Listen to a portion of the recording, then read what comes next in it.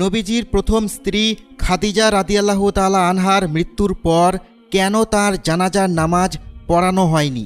আর তখন রমজান মাস থাকা সত্ত্বেও কেন সেদিন কেউ রোজা পালন করেনি?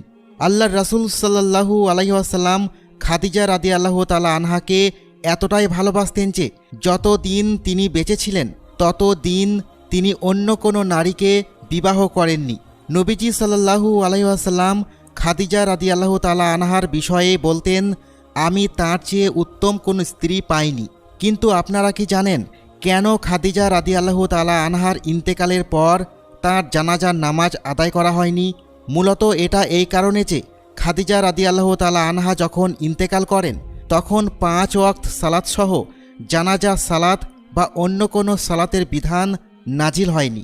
ঠিক একইভাবে হযরত খাদিজা রাদিয়াল্লাহু তাআলা আনহার ইন্তেকালের দিন